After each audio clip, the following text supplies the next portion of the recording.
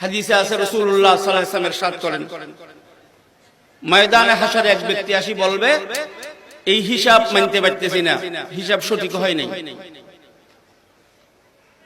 হিসাব সঠিক হয় নাই, আমার খাতা আমি বুঝতেছি না। জিজ্ঞাসা করা হবে সমস্যা কি হয়েছে? ওই লোক বলবে, জীবনে আকাঙ্ক্ষা থাকা সত্ত্বেও কোনোদিন একবারও আমরা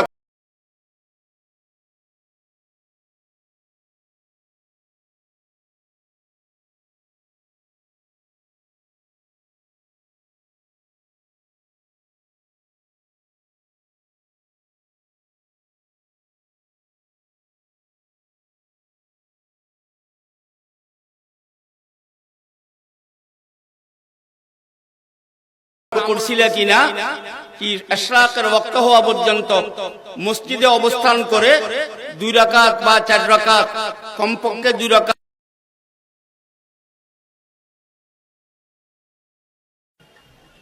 نحمده ونستعينه ونستغفره ونؤمن به ونتوكل عليه ونعوذ بالله من شرور أنفسنا ومن سيئات أعمالنا من يهده الله فلا مضل له ومن يضلل فلا هادي له ونشهد أن لا إله إلا الله وحده لا شريك له ونشهد أن سيدنا وسندنا ونبينا ومولانا محمدا عبده ورسوله صلى الله عليه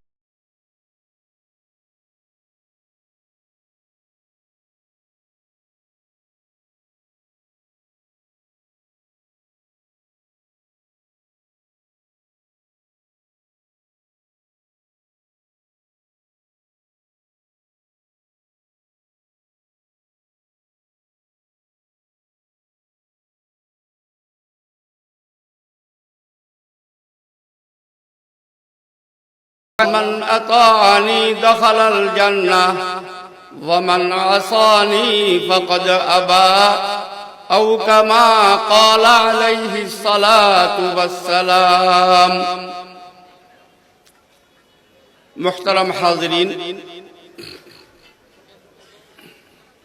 একটু পরেই এশারের আযান হবে, এরপরে ইনশাআল্লাহ আমাদের শেষ পর্বের বয়ানীরা সবাই অপেক্ষমান, ওনারা বয়ান করবেন। আল্লাহ তাআলা আমাদেরকে শোনার তৌফিক দাও, ওনাদেরকে বলার তৌফিক দান করুন।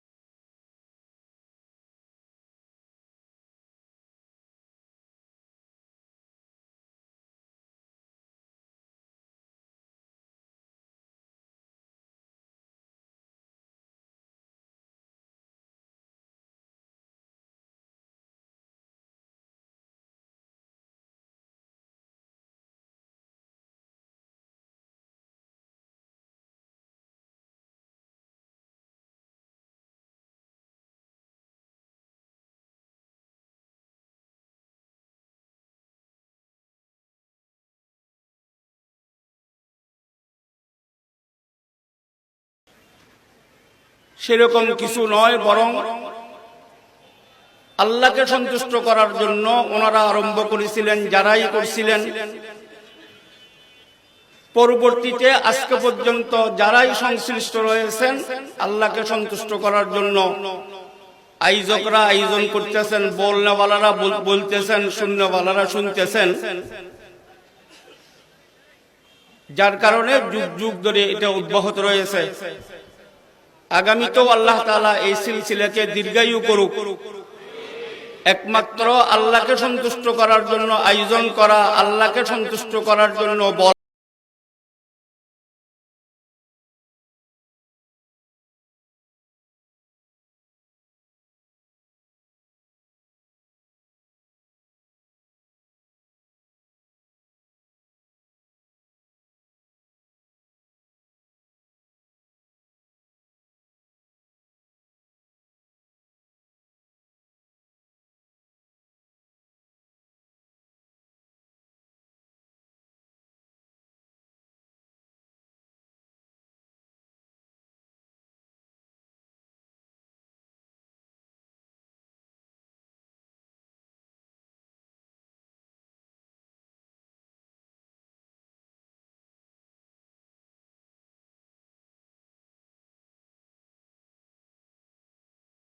কারীমের তেলাওয়াত করলে, কোরআনে কারীমের তেলাওয়াত শুনলে প্রতি হরফে আল্লাহ তাআলা 10টি সওয়াব দিবেন। প্রতি হরফে 10টি সওয়াব। একদিক দিয়ে অক্ষর, আরেক দিক দিয়ে সওয়াব, পরিমাণে তুলনা হয় না। হইতে পারে আমাদের মতো, আমার মতো কেউ দুর্বল বুঝতে পারবে না। এজন্য রাসূলুল্লাহ সাল্লাল্লাহু আলাইহি ওয়াসাল্লাম সূরা বাকারা থেকে উদাহরণ টানি বলেন,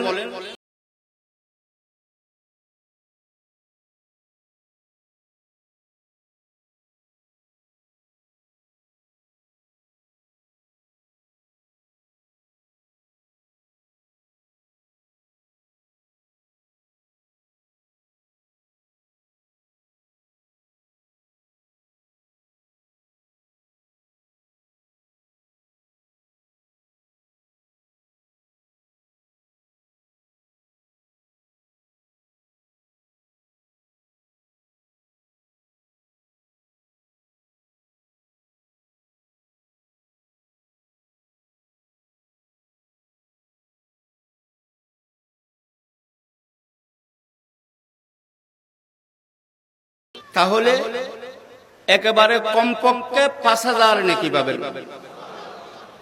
এক পৃষ্ঠাতে কত? 5000। রাসূলুল্লাহ সাল্লাল্লাহু আলাইহি ওয়াসাল্লামের ইহসান, আসল ইহসান তো আল্লাহ তাআলা। কোরআন এবং আহাদিসের মধ্যে আল্লাহ এবং আল্লাহ তাআলা রাসূল সাল্লাল্লাহু আলাইহি ওয়াসাল্লাম ময়দানে হাশরের চিত্র তুলি ধরেছেন, বেহেশত দোজখের চিত্র তুলি ধরেছেন।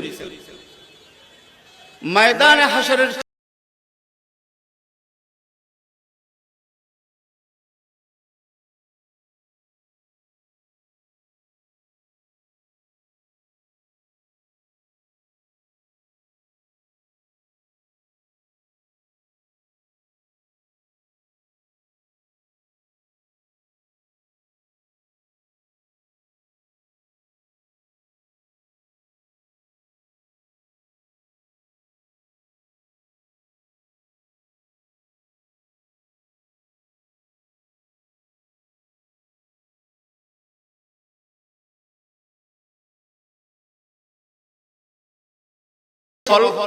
সর্বমহলে ঘুরবে, সবাই বলবে তোমাকে একটা দিলে আমার যদি 2টা কম পড়ে যায়, কেউ রাজি হবে না। শেষ পর্যন্ত আম্মার কাছে যাবে, আম্মা আপনার তো বহু নেকি, একটা নেকি আমাকে দেন, মা রাজি হবে না। আর আলিফ লাম মিম তেলাওয়াত করলে 30টা নেকি পাওয়া যাবে। এতে বোঝা যায় উলামায়ে কেরামের জবানি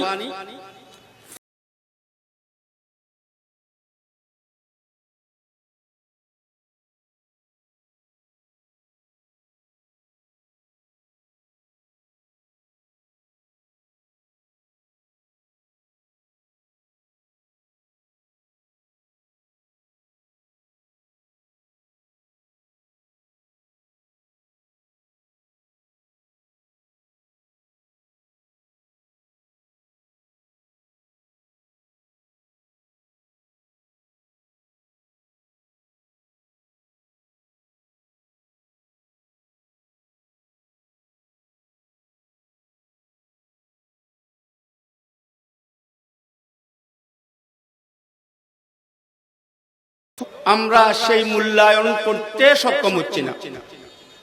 বোঝানোর জন্য বলতেছি, যদি বলা হয়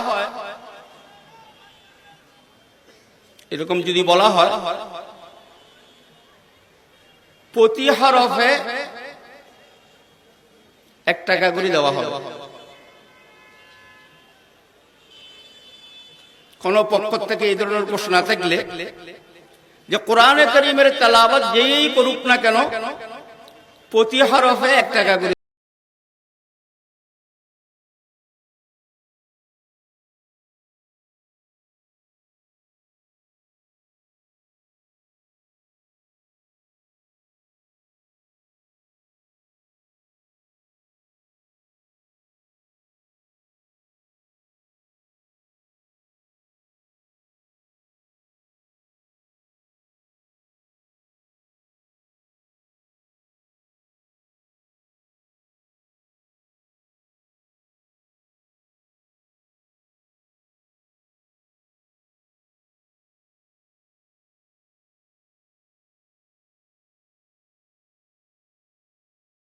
আর রাসূলুল্লাহ সাল্লাল্লাহু আলাইহি ওয়াসাল্লাম আমলের যে ফজিলতের কথা বলে গেছেন, যে নেকি আর সওয়াবের কথা বলে গেছেন, সেটা বাকি হওয়ার কারণে আমরা মূল্যায়ন করতে সক্ষম হচ্ছি না। আর না হলে একবারে যারা যুবক, ওদের কথা ভিন্ন। 30 হইতে 40 বছর পূর্বে এই সময়টা আমরা যারা দেখেছি, ফজরের নামাজের পরে রুম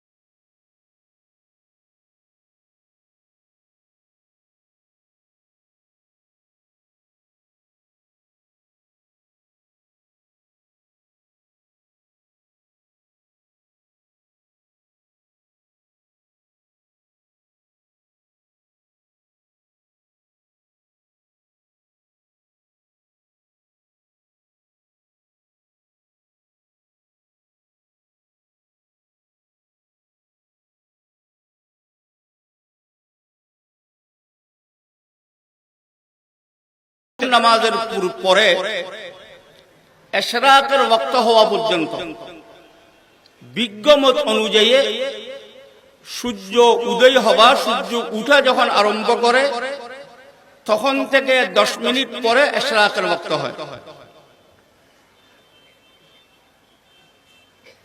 কোন ব্যক্তি যদি ফজরের নামাজ পড়ে ইশরাকের ওয়াক্ত হওয়া পর্যন্ত মসজিদে অবস্থান করে, এরপরে 2-4 রাকাত নফল নামাজ পড়ে, তো আল্লাহ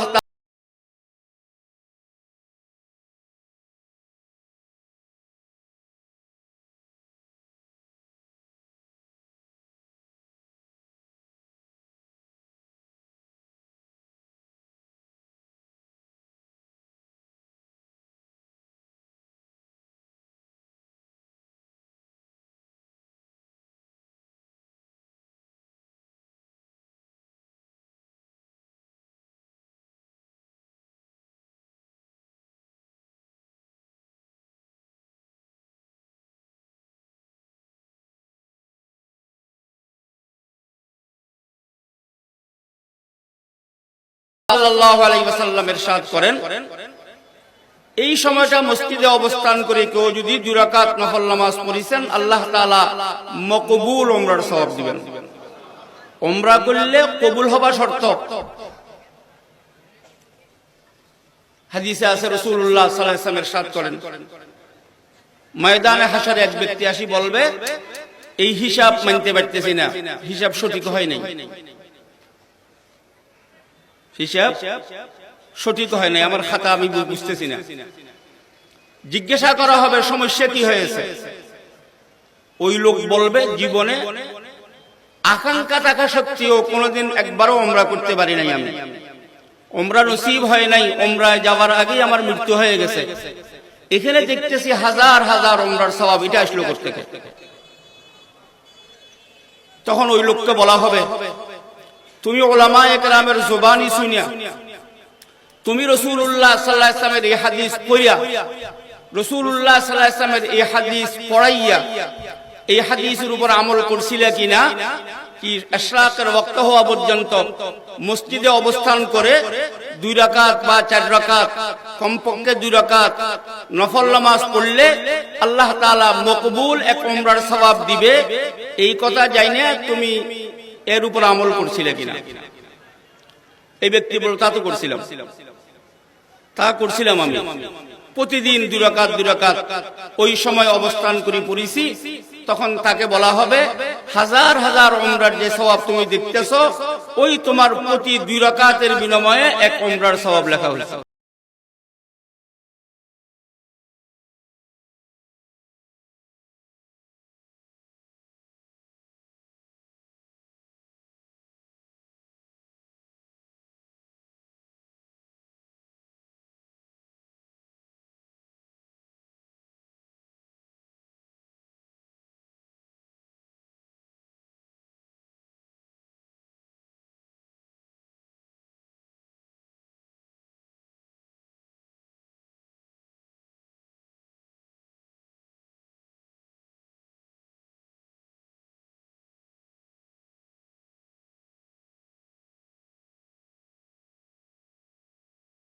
বলছিলাম বাকি না।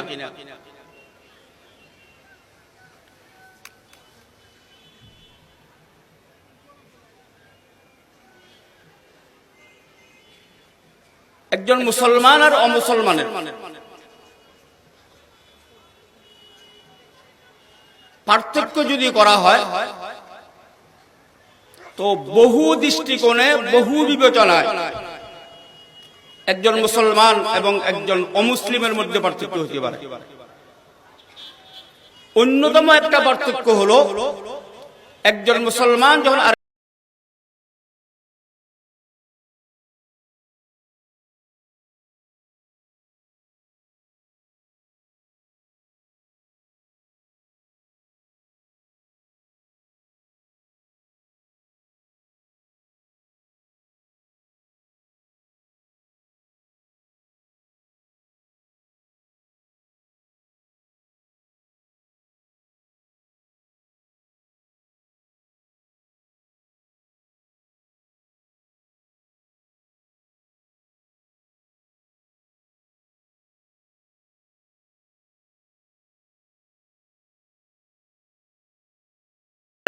ফেরেশতারা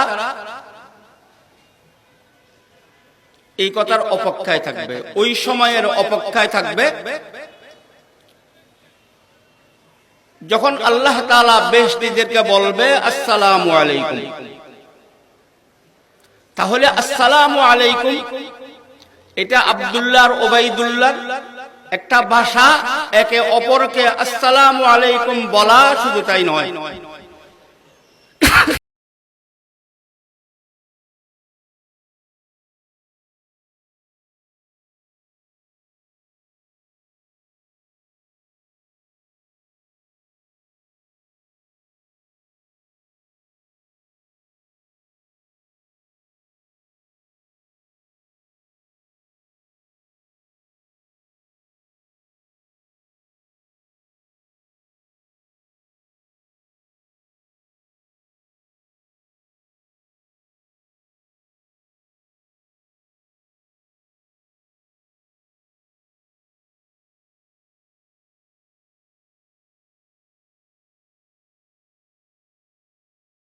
জটলাটা মূলত ফেরেশতাদের জটলা ছিল। আল্লাহ তাআলা সাইয়্যিদুনা আদম আলাইহিস সালাতু ওয়াস সালামকে বলেন, ওই যে সামনে জটলা দেখা যাচ্ছে সেখানে যাইয়া ওদেরকে বলি আসেন আসসালামু আলাইকুম। আদম আলাইহিস সালাতু ওয়াস সালাম ওই জটলা যেটা বলছিলাম মূলত ফেরেশতাদের জামাত, তাদেরকে যাইয়া বলেন আসসালামু আলাইকুম। আদম আলাইহিস সালামের প্রথম কথা যেটা বলছেন, আদম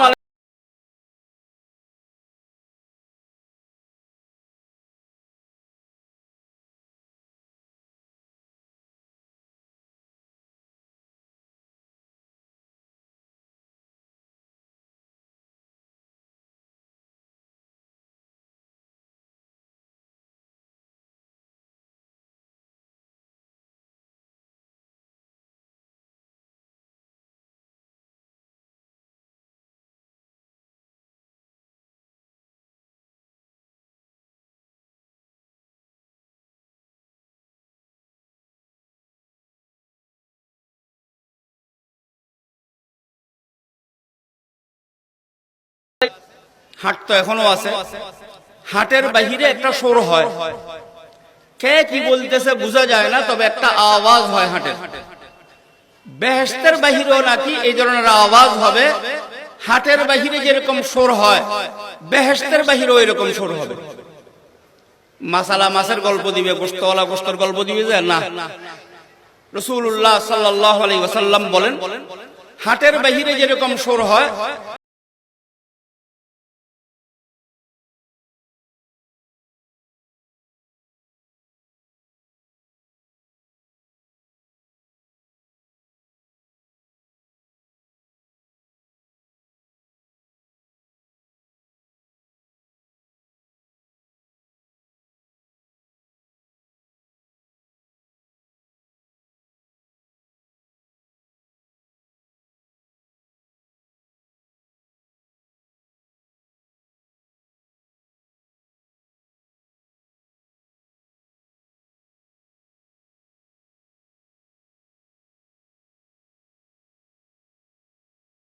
সুখী জীবন পাবে, ইহকালেও সুখী জীবন পাবে, কবরেও সুখী জীবন পাবে, হাসরেও সুখী জীবন পাবে, নসরেও সুখী জীবন পাবে, পরবর্তীতে অসীম অনন্তকাল সুখী জীবন পাবে ওই ব্যক্তি যে আমাকে অনুসরণ করে, যে আমাকে অনুসরণ করে। আর যে না করে সে সুখী জীবন পাবে না। সবকিছু আছে, সুখ নেই। টাকা আছে,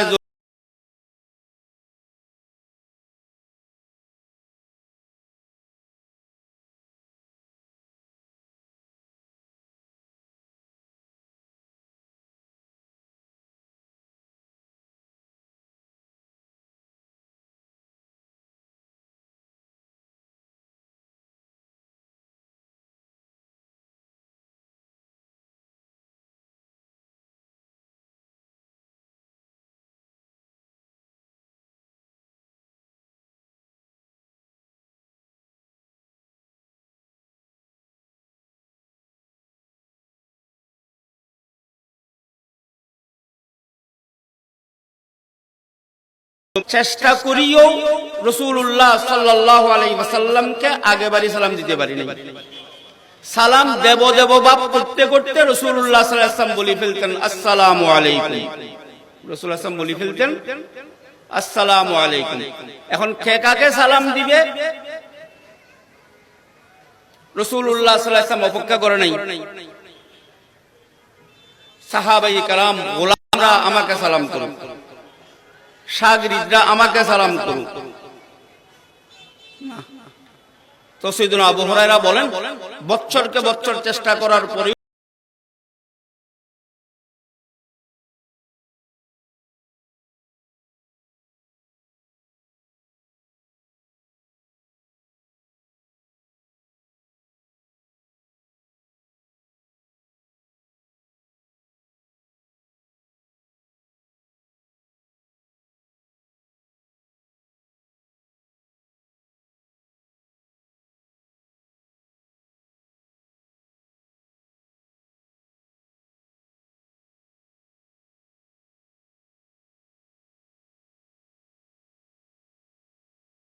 জন্য যদি দোয়া করে, তো এই দোয়া করেনা মুসলমানের জন্য ফেরেশতা জগৎ দোয়া করে কি আল্লাহ তোমার এই বান্দা যেই দোয়া আরেকজনের জন্য করলো, আপনি এই বান্দার হকের মধ্যে এটা কবুল করেন। ঠিক তেমনি ভাবে সালামের প্রতি উত্তরে যিনি ওয়ালাইকুমুস সালাম আমাকে দিল, ওয়ালাইকুমুস সালাম বলল, উনি আমার জন্য দোয়া করলেন। তা আমি যদি একজন মানুষকে আমি যদি একটা মোটামুটি একটা ঠিক করিনি কি প্রতিদিন কমপক্ষে 30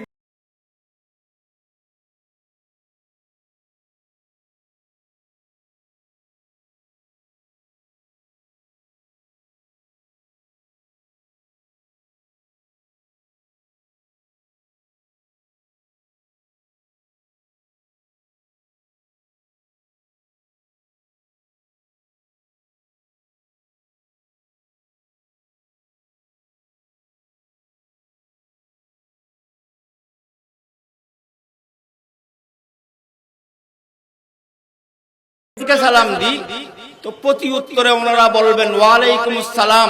তার অর্থ হলো আমার জন্য প্রতিদিন 30 জন, আমার জন্য প্রতিদিন 50 জন মানুষের দোয়া করল।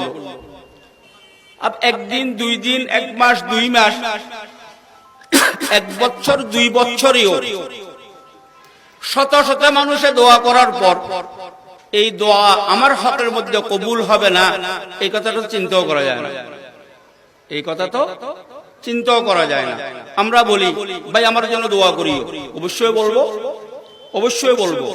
কিন্তু সেটা বলার সাথে সাথে যদি আমরা এইভাবে আসসালামু আলাইকুম বলে বলে দোয়া নিতে থাকি, ইনশাআল্লাহ আজকে না কালকে, কালকে না পরশু দিন, 3 দিন না হয় 6 দিন, 6 দিন না হয় 9 দিনের মাথায় কারো না কারো বলকে অনেকের দোয়া আমাদের হকের মধ্যে কি হয়ে যাবে, কবুল হয়ে যাবে। আল্লাহ তাআলা ফরায়েজের সাথে সাথে ফজাইলের উপরও আমাদের আমল করার তৌফিক দান করুক। ওয়া আখির দাওয়ানা আলহামদুলিল্লাহি রাব্বিল আলামিন। আসসালামু আলাইকুম ওয়া রাহমাতুল্লাহি ওয়া বারাকাতুহু।